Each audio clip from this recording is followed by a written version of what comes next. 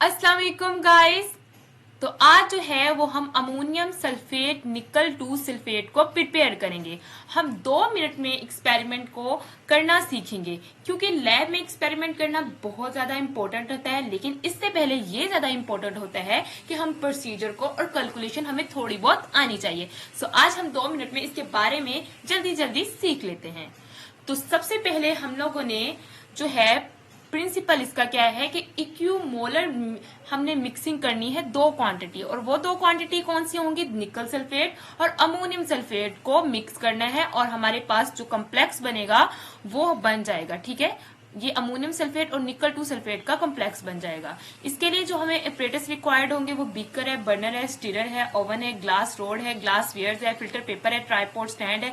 निकल sulphate hexahydrate को हमने 4 ग्राम लेना है और अमोनियम सल्फेट है वो हमने 2 ग्राम लेना है। तो निकल 2 सल्फेट हेक्साहाइड्रेट को हम लोगों ने 4 ग्राम लिया है और अमोनियम सल्फेट को हमने 2 ग्राम लिया है। उसको हमने 10 ml के हॉट वाटर में डिजोल्व करवाना है। अच्छे तरीके से जब डिजोल्व हो जाए तो सोल्यूशन को हमने क्या करना है, थोड़ी देर मतलब कूल ठंडा होने देना है। ठीक है, और इसके बाद फिल्टर दा ठंडा होने देना है और उसके बाद फिल्टर द क्रिस्टल को क्या करना है, फिल्टर करवाना है पंप का इस्तेमाल करते हुए। ठीक है, आप पंप का भी इस्तेमाल कर सकते हैं, ये जरूरी नहीं कि आप पंप का इस्तेमाल करें, वैसे भी इसके क्रिस्टल बन सकते हैं जब आप उसको क्या करवाओगे, फिल्टर करवाओगे। आप लोगों ने क्रिस्टल को क्या करवाना है, ड्राई करवाना है। ठीक है, क्रिस्टल को क्या करवाना है, ड्राई करवाना है। इसके बाद जो आपका फिल्ट्रेट मतलब के जो आपका फिल्टर करने के बाद जो फिल्ट्रेट बचेगा उसको आपने 5 ml तक करने के लिए उसको क्या करवाना है, हीट करवाना है। और हीट करवाने की वजह से उसके अवेपोरेट जो बनेंगे। ठीक है, अवेपोरेट बनेंगे और इसके बाद हमने इसकी सेकंड क्रॉप भी लेनी है, मतलब कि सेकंड दफा भी हमने दूसरी दफा भी हमने इसको फिल्टर करवाना है और दोबारा से इसको क्या करवाना है, ड्राई करवाना है। तो आप इसकी 2 क्रॉप लेंगे, एक फर्स्ट क्रॉप में भी इसके फिल्टर करवाएंगे और दूसरी क्रॉप में आप 5 ml बनाकर फिर दोबारा से फिल्टर करेंगे।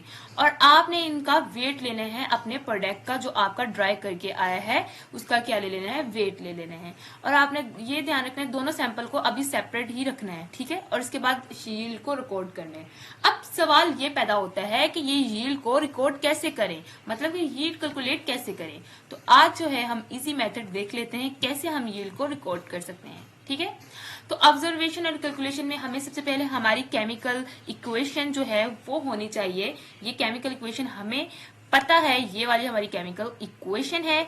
और इसके बाद हमें मोलर मास जो है फाइंड करना है इनका निकल सल्फेट का। तो ये 6264 ग्राम पर मोल है, ये आप फाइंड कर लीजिएगा। और इसके बाद ये अमोनियम सल्फेट का भी फाइंड किया गया, तो ये 132.13 ग्राम पर मोल है।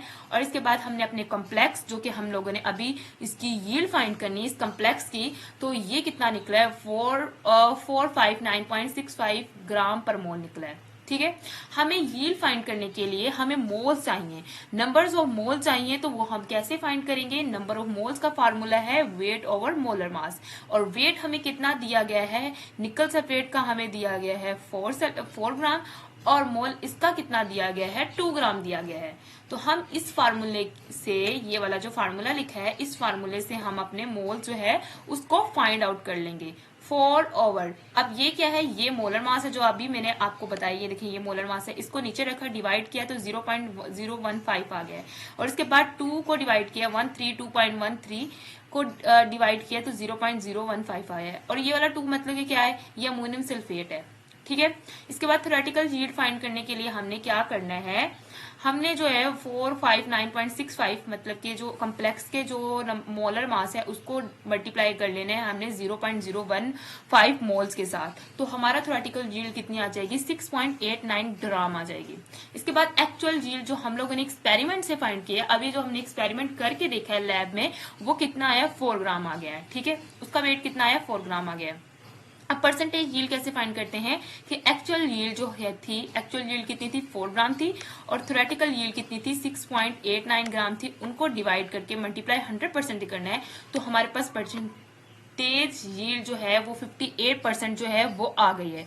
ये परसेंटेज यील्ड हमें बताती है कि हमारा एक्सपेरिमेंट कितना ज्यादा अच्छा हुआ है। तो मतलब कि 70% 70 से अबव होगा तो बहुत ज्यादा अच्छा हुआ है, लेकिन ये नॉर्मल है तो हमारा एक्सपेरिमेंट जो है अच्छा ही हुआ है और हमें ये यील्ड मिल गई है। ओके, थैंक यू, अल्लाह हाफिज। अगला एक्सपेरिमेंट हम अगले लेक्चर्स में देखेंगे।